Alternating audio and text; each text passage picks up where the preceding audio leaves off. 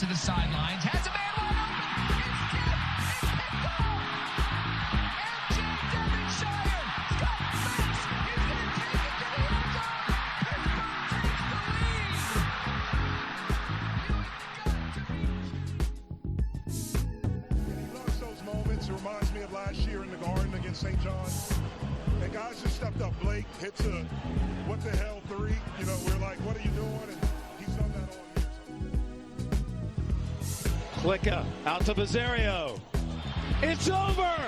The Pitt Panthers have upset Wisconsin. Anybody if he hits his field goal. Up and got it.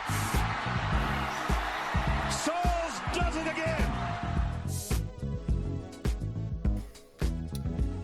All right, everybody, welcome back to Simplify Podcast. I'm your host, Zach Kaminsky, and tonight we've got a very special show for you. It's just me, but I am joined by former Pitt quarterback Bill Stull from 2005 to 2009, first team All-Big East in 2009, 8th all-time career passing yards in Pitt history, tied for 10th in all-time passing touchdowns, and the first Whippeal quarterback to ever throw over 3,000 yards in a season, and the first quarterback to lead Pitt to 10 wins since Marino in 1981, and the last one to do it before Kenny Pickett did only a couple years ago in 2021. So, Bill, how are you doing tonight?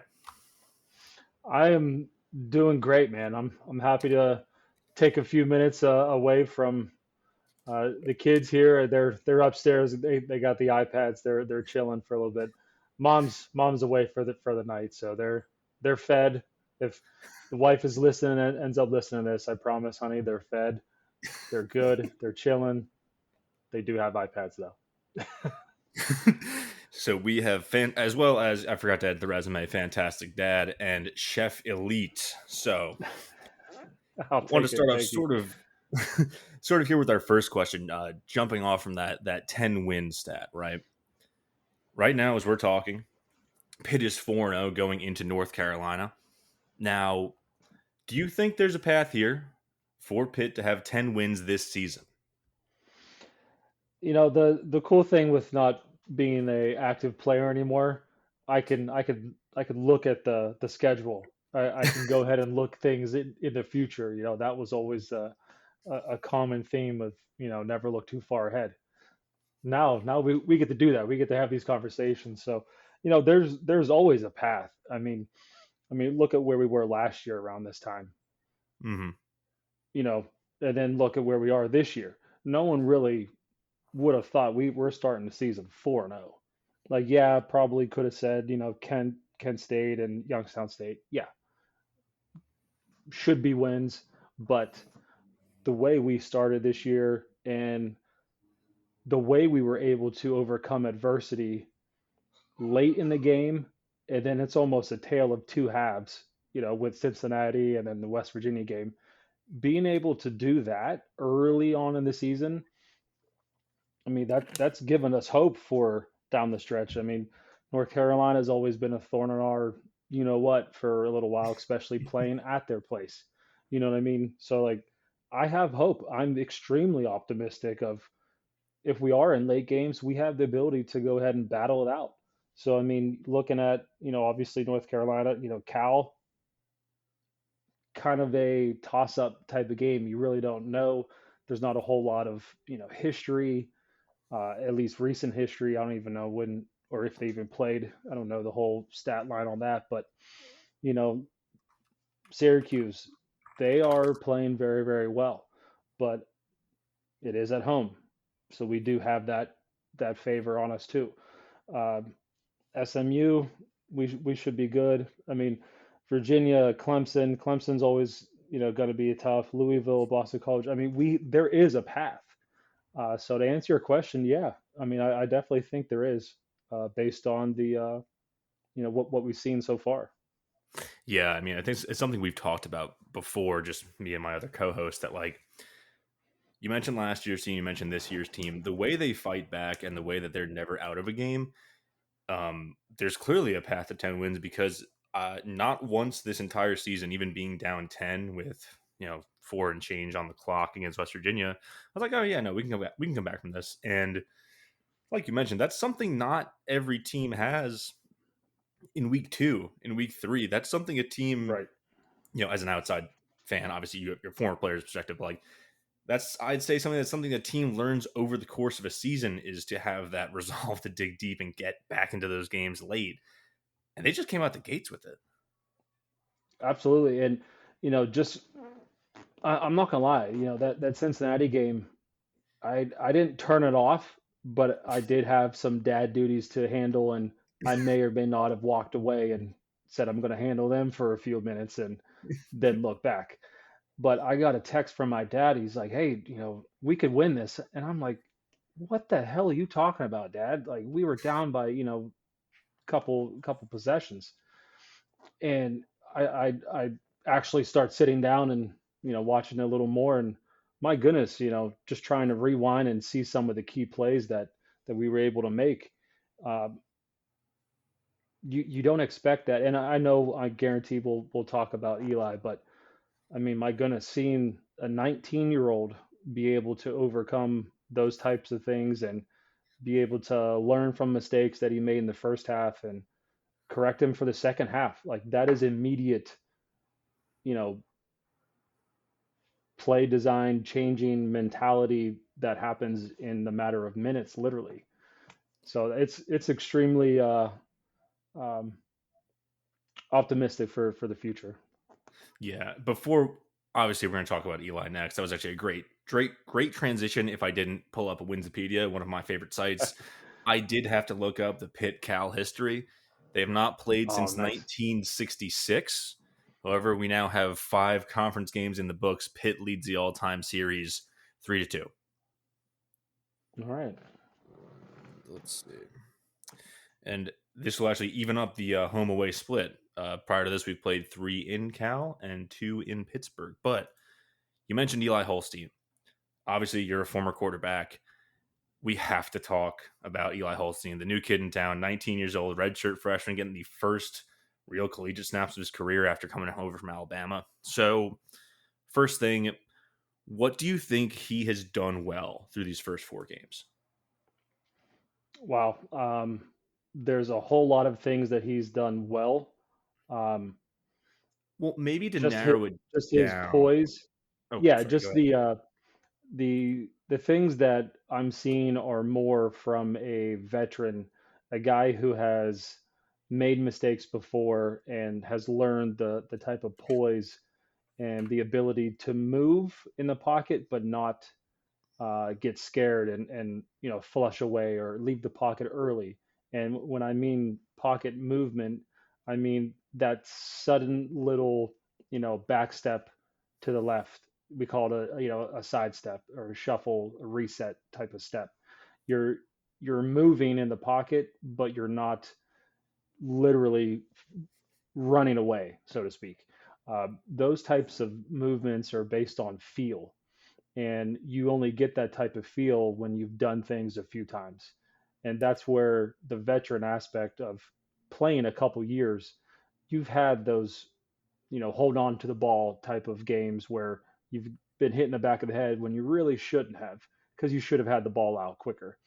My point is, he's doing those things. He's finding timing and rhythm, and it looks like he's making clear, decisive decisions. And there's not a whole lot of indecisiveness at times, which you're going to typically see at a rookie type of quarterback. So his poise in the pocket, the gunslinger type of mentality that he's not afraid to just let it rip. I think he carries that type of moxie, that swag almost, Mhm. to where he has the fight. You know what I mean? He has that Kenny Pickett edge that he just you just know he wants it. He wants the ball in his hands, but he's also a team player. He's a yes sir, yes ma'am type of kid. That Southern hospitality um, is definitely comes out. He's a good kid, and the fact he's 19 years old and he's doing these things on the football field, doing things off the field the right way. Um, it's there's so many good things. But yeah, his pocket presence is awesome. His accuracy is definitely, speaks his reputation of being a, you know, top quarterback coming out of high school. So, you know, just a lot of good stuff. I could talk about it all day. Yeah, I mean, I think a couple of things you hit on, like the pocket movement, and I'll be honest, I was actually out of the country for the first two games, so I caught all of those on replay, sort of like when you were doing your little dad duties in the Cincinnati game. But Yeah. when I was at the backyard brawl, the one thing I noticed, and I think the one thing that really kept us in the game, was a combination of those two things. He has the poise, like the moxie, the gunslinger mentality, where nothing's working for 25 minutes in the second half at that point, and he still stands in there and leads them on drives. And the thing that really got those drives working in the last 4 and odd minutes of the backyard brawl was that pocket movement. And now the movement was maybe a little more exaggerated than a step, but he knew where the pressure Yeah. was coming from. He navigated into a pocket of open field where he could either read the defense and take what they're giving him, or start to use his legs and Hmm. run downfield. And I think honestly that running ability is something that at least maybe I didn't do my homework, but I didn't expect that from him coming into the season, coming off that hamstring injury in the spring. Yeah. I mean, you're spot on. I mean, the the ability to not just have those subtle movements like I was talking about, but like you were saying, to get out of the pocket and then be able to make throws down the field. Um, it's definitely something that you either have or you don't. Um, that's not really something that you gain with experience. That's more of a physical ability that Eli has definitely shown. And to your point, I probably going to say there's a lot of us out there that didn't realize that he could move like that. So that's definitely something like I said, you either have the ability to do it or you don't. I sure as hell didn't have the ability to move physically like that. I was just able to throw a ball and read some defenses here and there. It's nice to know I'm not alone in being surprised by that. Good surprise, obviously. Before we start talking about the offense, I've been talking about Eli pretty much the whole time here. Any other sort of standout players you've been noticing on that side of the ball? Yeah, I mean, obviously the surprise of having Desmond Reed as our Yeah. starter now. Um, don't necessarily want to get into the other uh, topic of the other running back, but Desmond Reed, I was talking to another teammate at the last game, and it's almost like a mixture of a um, oh geez, it was Dion Lewis and Ray Graham. Those two guys were my running backs my senior year, Okay. and he's not necessarily short, like super muscular, stocky, like a Maurice Jones-Drew type of running back like Dion was, but he has the elusiveness, he has the breakaway speed, he has that. Anytime he touches the ball, he could break it. So Desmond Reed, I was talking about, um, geez, my backup running back just said his name.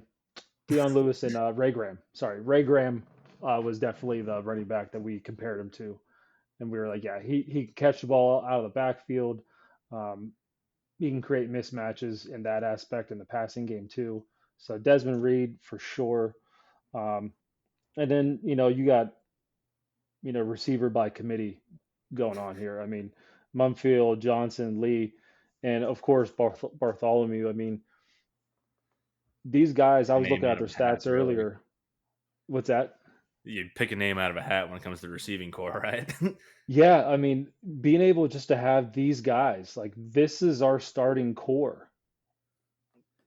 You have to have attention on every single one of them at all times, whether that's man or some type of zone. And my goodness, if you play man, pick your Someone's getting poison, open. Eli. Eli is proven he's able to stay poised in the pocket and be able to go through his reads, make those subtle movements if needed, and distribute the rock accurately. And what I was going to say, a lot of these receivers, I was looking at their deepest touchdown reception. Okay. I'm looking at 40, 40, 30 some yards, 50 some yards. Like these are we're attacking the ball downfield, and Hmm. that's a major breath of fresh air from last year. And then, of course, we get that Kenny Pickett, remnants of that year. And looking at the stats of Eli and Kenny around this time of his senior year, it's I almost believe they're identical. yeah, they're within like 100 yards. I think Kenny might have Yeah, had two more touchdowns, I want to say, but it's something to yeah, see. I guess it's I pretty guess cool. yeah, going off the this is later in the questions, but I think it flows here. Given that receiver talent, do you think that you could right now, if you Bill Stull in 2024 put into this offense, could you throw a touchdown to these guys? Are you gonna give me enough time to warm up and go through warm ups and all Yeah, that? you're not going in cold. You're not going in cold. Okay, I'll throw my arm out trying to throw a 10-yard pass right now. No, no, I mean the schemes now, and the type of playmakers that it's almost like you pick your poison. Anybody can make a play any given time based on any given play at hand. Hmm. So heck yeah, my ego is gonna say hell yeah, I'm throwing some touchdowns. So let's talk about that system. So, as a former QB, are you seeing anything like when you're watching these games? Like, is there something that he's doing that's like making it work so well? Is it like plays, route trees, spots on the field they're hitting, or is it like just something else? So I definitely think coach was able to um, definitely get the players to buy in because you don't just change this quickly Hmm. and have this much success without uh, a good coach who's able to get the point across to his players to the point where they're able to actually perform with what he's trying to actually accomplish, if that makes sense. And 100%. um, so I definitely think the winning aspect of what we're seeing was done in the off season Hmm. when these guys were just grinding and going from meetings to practice back to meetings and then right back around to practice the next morning and meetings again and meetings and all that type of stuff. It's huge testament to the coaches, but also the players for offensively buying into the system and just saying, you know what, this is what it is. It's a new thing. I'm going to go in, and it seems to be like a breath of fresh air. So let's go for it. And from what I'm seeing, when this scheme is done right, meaning the hurry up, the wide open type of run and shoot, whatever you want to call it. Hmm. Um, it was kind of called run and shoot back when I was playing. We were more so under center a lot, Hmm. but um, same type of concepts. We just call them different nowadays and do things a little bit different. But when the scheme is done correctly, man, there's so many advantages for the offense. And for example, you line up in one personnel group, establish some type of positive play, and then you hurry up back on the offense. You're in the same personnel group, so the defense is going to be in the same personnel group. But if the offense lines up in a different formation within that same personnel group, and you go hurry up and you go right on the line and you start doing motions and all this and that, the defense didn't have time to substitute. So, how the defense works, if they see certain numbers come substituting in on the offense, they're going to substitute some other guys, obviously, to match and make the matchups you know uh, com- um compatible. You know, and It would be similar to putting in your nickel coverage on a long third down. You want those extra D backs exactly, like that. Yeah. exactly. The offense comes out in four wide, but they have uh, two receivers. They still have a tight end, but that tight end's Bartholomew who can run block, Yeah. but then also go line up as wide receiver. This is my point.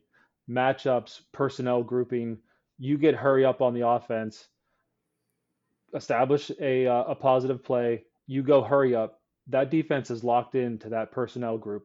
Now, based on your personnel, you can do whatever the heck you want and create matchups. You can end up getting Bartholomew matched up on a linebacker in the slot. I'm taking that all day. You know what I Yeah. mean? And that's where those chunk plays and those, I guarantee you, we're going to see some easy 6 points or some easy wide open chunk plays down the field just because of the scheme we run. And we can do it. We've proven we could do it successfully. But my point is to the question, that is a huge uh, advantage for the offense if you can do that scheme the right way. Yeah, I suppose I hadn't thought about that, but it makes a ton of sense. And I mean, it does help that you've got, I mean, you can also, with the guys that are rotating in, not only the top line guys we've been talking about, but like Overman coming in at tight end, you have CJ Lee, Poppy Williams. You can Hmm. still keep in those personnel groupings, but you're still going fast, and it doesn't matter who's out on the field. And you're not only Right. creating sort of conflict in the defensive backfield with your route trees and whatever, but with personnel. Like you said, if you just have a physical mismatch, say you've got Bartholomew on, I don't know, for example, say a small safety walks up the line, you're going to take that all day. And Hmm. that's just, that is something that honestly, that's why I've got a former quarterback on the show to talk to us about it. Yeah, You I mean notice these these are things. these are exactly the types of schematic type of things that we would talk about whenever we would game plan. You know, we have the personnel. We can line up in our standard regular personnel and run power, and then all of a sudden go four wide and Hmm. run a five-step concept, route tree, and go and motion and go 3 by 1, a three-level stretch, and then completely destroy the defense. They're stuck in, more of a run type of, defense, but you have the people like a Bartholomew, like a Desmond Reed who can go line up in a slot, Hmm. and you have a wide receiver by committee. There's no limitations. Mumfield can do everything that Johnson and all the other guys can do. They can take the top off the coverage. They can run deep overs. They can run comebacks. They can do it all. It's just a matter of how you want to attack it. And I think we have the personnel. We can do so many things, but those are some really good advantages for the offense and what we're doing.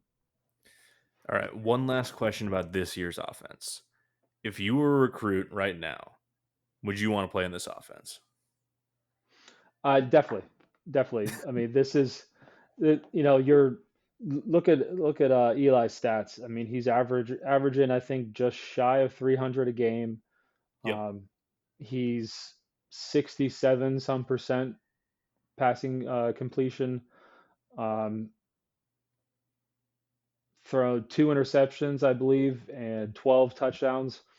I mean, only 4 games in the season, he has, I think, 1,200 yards passing. I mean, that's about almost 300 game. So I mean, you're able to put stats up like that. You're throwing the ball. Uh, the offense is driven through the quarterback's decisions. And he's not just making decisions at the line of scrimmage, hand the ball off. He's distributing the rock, and he has the keys to the car. So this is definitely a system that is ideal for someone like myself. I came from an offense in high school that was similar to this, uh, but we did have the ability to go, power I, and that was more so under the center type of football back then. So you're saying you would take the keys to this Ferrari and drive away, is what I'm hearing as a QB recruit.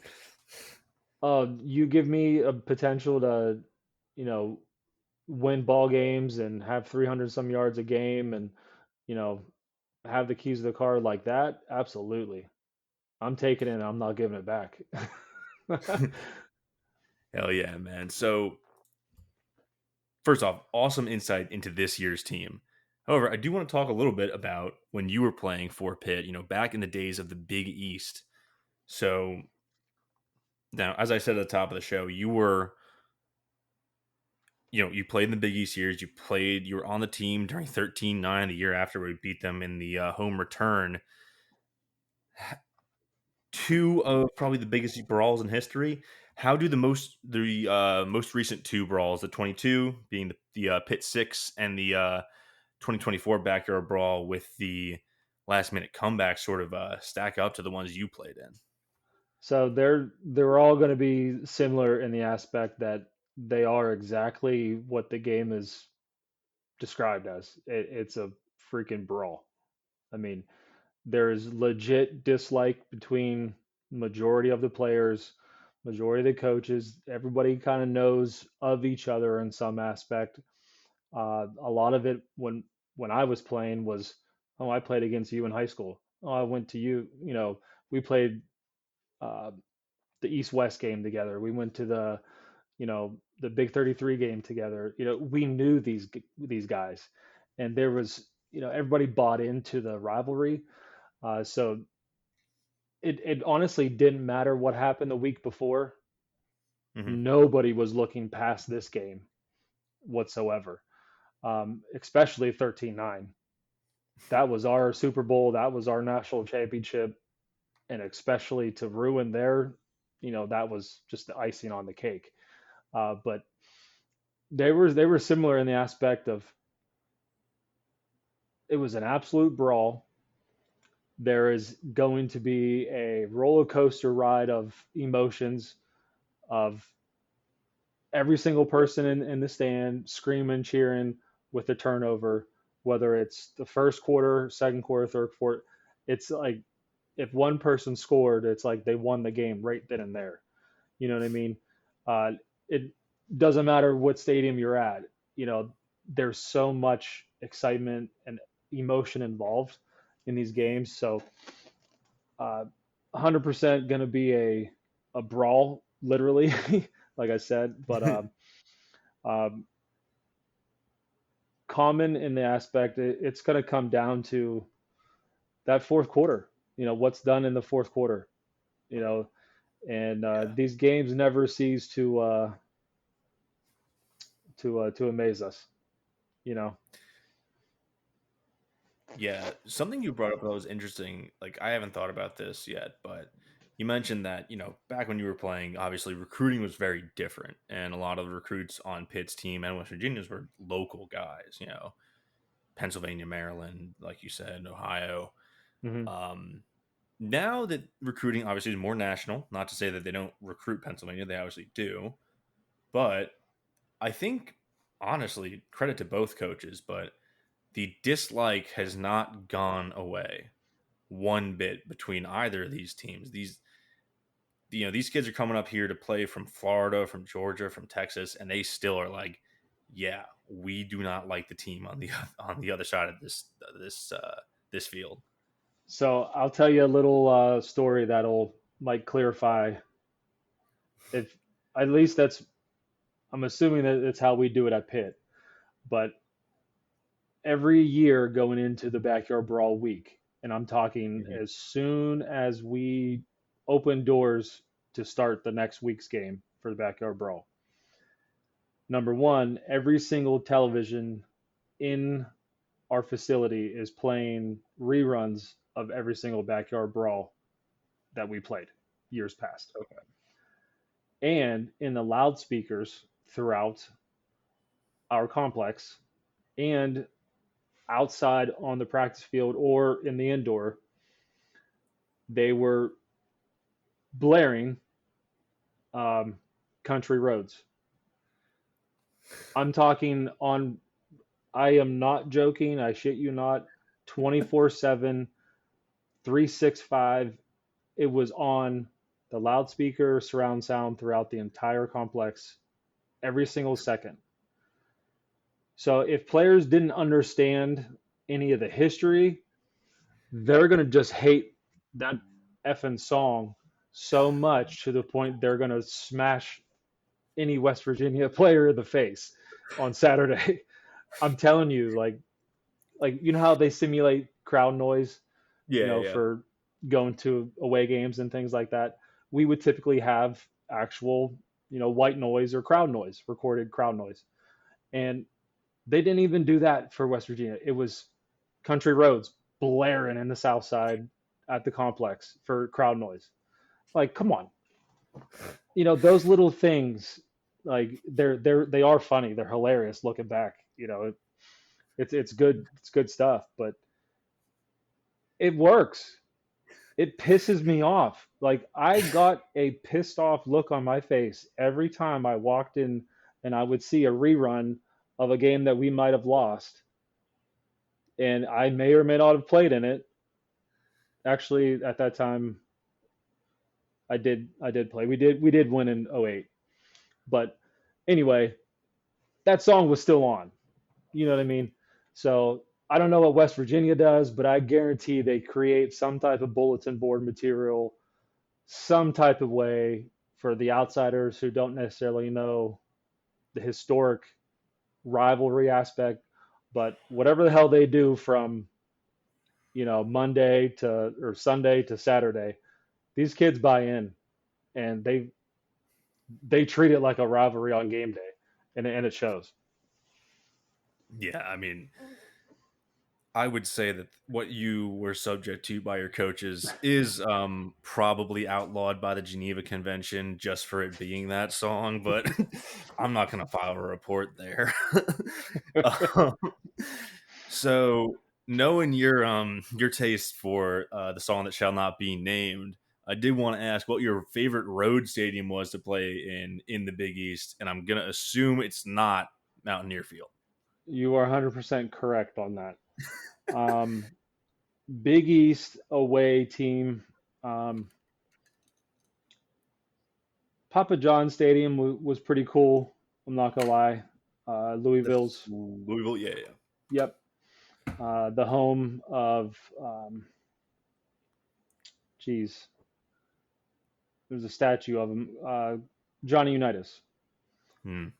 Johnny Unitas. So that was pretty cool. But I'm not gonna lie. I'm not gonna lie. I'm gonna say selfishly, South Florida, playing at Raymond James Stadium, Hmm. Tampa Bay Buccaneers, like so cool. Even though I didn't really like when this happened, but I just thought it was the coolest thing ever. Anytime they scored, South Florida would score a touchdown, they would fire the cannon from the Buccaneers I was like just pirate about to ship. ask that. Dude, like you could be watching it and knowing it's going to come on, but it would still make you jump. It was the loudest. I mean, loudest thing I've ever heard, like right then, feet away from it. But yeah, that stadium was obviously, super nice. The locker rooms were amazing. Stuff like that Hmm. was obviously an NFL stadium. Can't really beat it. Hey, I wonder. Yeah, yeah. No bias here, obviously, but I gotta have to agree with you. Now, just a question we ask all of our guests this: as a local Pittsburgh guy, what's your favorite restaurant in the city? We always like to get recommendations when we're back in town. So I live in the North Hills area out in um, Cranberry. Hmm. So I love a good steak. So Napa Prime is going to be my go-to if you're in the North Hills area. Hmm. That's my go-to steak place. And if you're a cigar person, they have a cigar bar built in right there too. So get yourself a nice big fillet and wash it down with a couple old fashions. They make them perfectly, and nice little stogie. That's pretty much what my birthday resume right there. What I do on my birthdays. They got to get you on an NIL deal for that, man. You completely sold me. So, They're um, Napa's amazing. They're great. yeah. Hit me up. So, We'll go. I'll take you. hell yeah, man. Sounds like a plan. Now, we're just about done here. However, before we close out, I know that you've got a very important event coming up on October 3rd. We're recording this October 2nd. So, most likely when you're listening to this, it'll be today, October 3rd. So, it is the third annual Men Wear Pink event at Southern Tier right on the North Shore. So, it's in honor of your mother. And I'd like to give you some time, give you the floor, talk about the event, how they can help out. Floor's yours. First off, totally appreciate it. I appreciate the space. Thanks for having me on. I joined the American Cancer Society Men Wear Pink ambassadors about 3 years ago, and what that is just a group of guys in the Pittsburgh community uh, who have a passion for, or the unfortunate commonality of losing a family member or a loved one to cancer, more specifically breast cancer.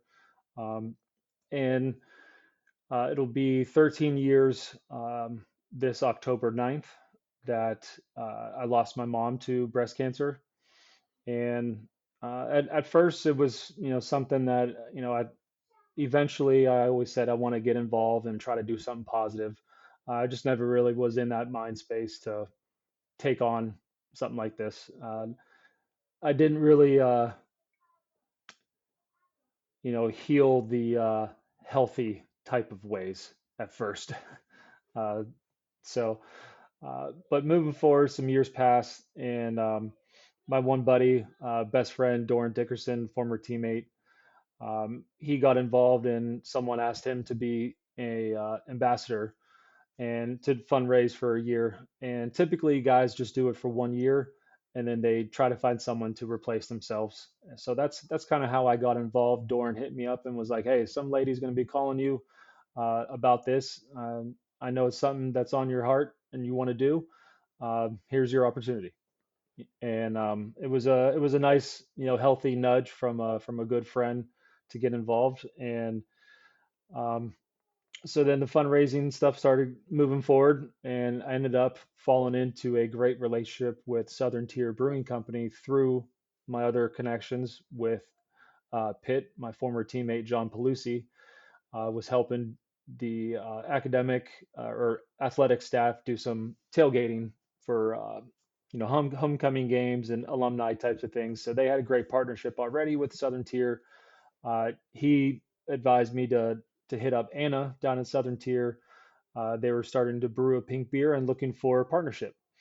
So that's how we started doing that. And 3 years, to be 3 years uh, for my event tomorrow.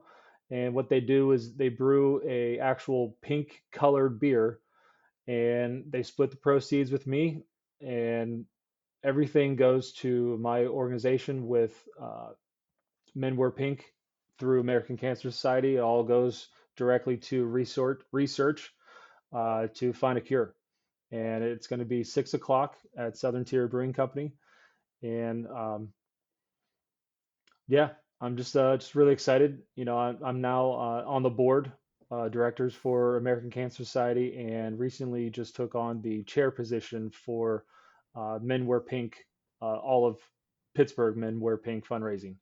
So just really excited to jump in these positions. And you know, over the years, a lot of people, it's tough for people to talk about, and it's tough to find ways to deal with these situations, to say the least, in a healthy type of manner on your own.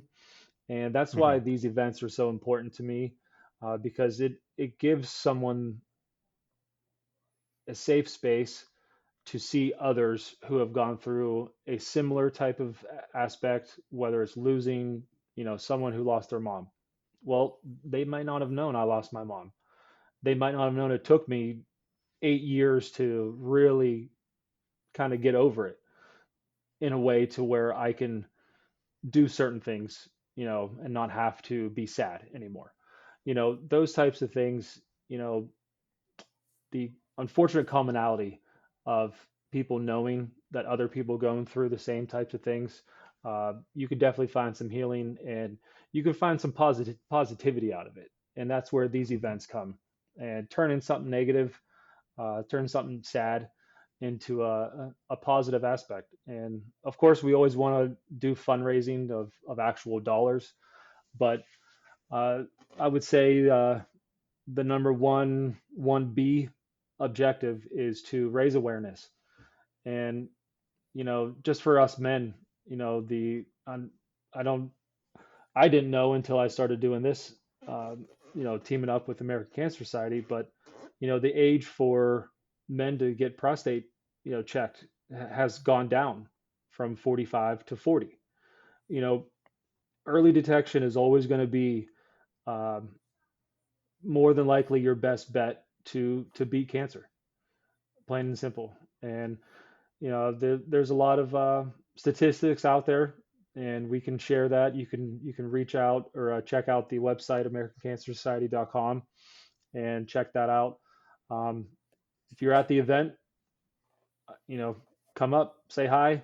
Would love to introduce myself and share my story. And we're going to be doing a bunch of raffle baskets. We're going to have live music from my best friend, good buddy Jack Wilder.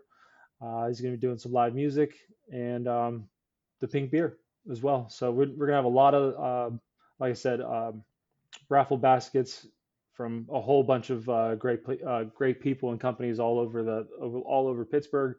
I have some pit tickets, some penguin tickets, some pretty cool stuff, and two grand prizes we're going to have at the end. Um, may or may not be involved a sporting type of sport, and it's might not be the one you might think of whenever I talk. So it might have to do with a golf club or not. Um, and then We'll let if people. Sorry, go yeah, ahead. no, you're good. You're We'll good. let people. We'll let people sort of figure that one out on their own. But Oh yeah, obviously, keep going. you'll have to be there towards the end to to see the prize and also to obviously pick it up, and we'll uh, we'll get that laid out. But we'll have another surprise.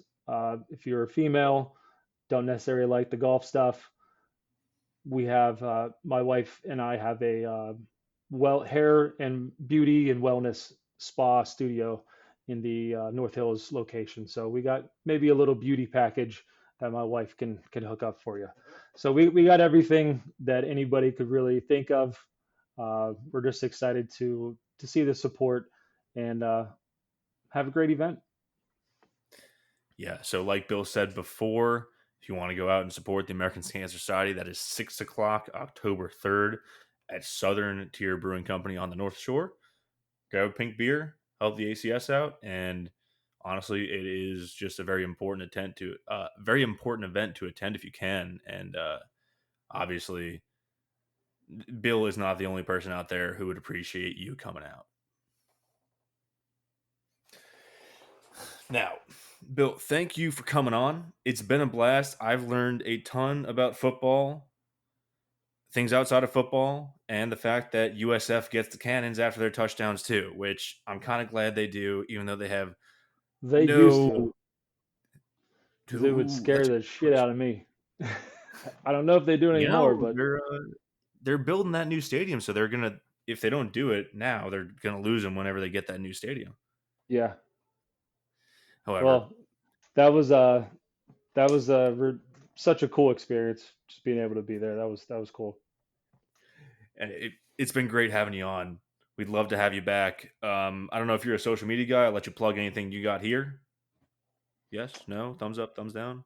Uh, I mean, I'm on Instagram. I'm not really active a whole lot, but I think it's just the Bill Stall. I think my wife did it. Sorry, uh, but yeah, I'll throw my fundraiser. Actually, I think my fundraiser link is on there. So if you feel led to donate, there's a direct link there. Um, if not, share some awareness type stuff. I'm gonna try to throw a lot of information out there the way people can just screenshot or share, just you know go have a conversation with your doctor. You never know, it could save your life. Yeah, and we'll put that link to everything in the show notes as well. Link to the fundraiser, link to all of your stuff.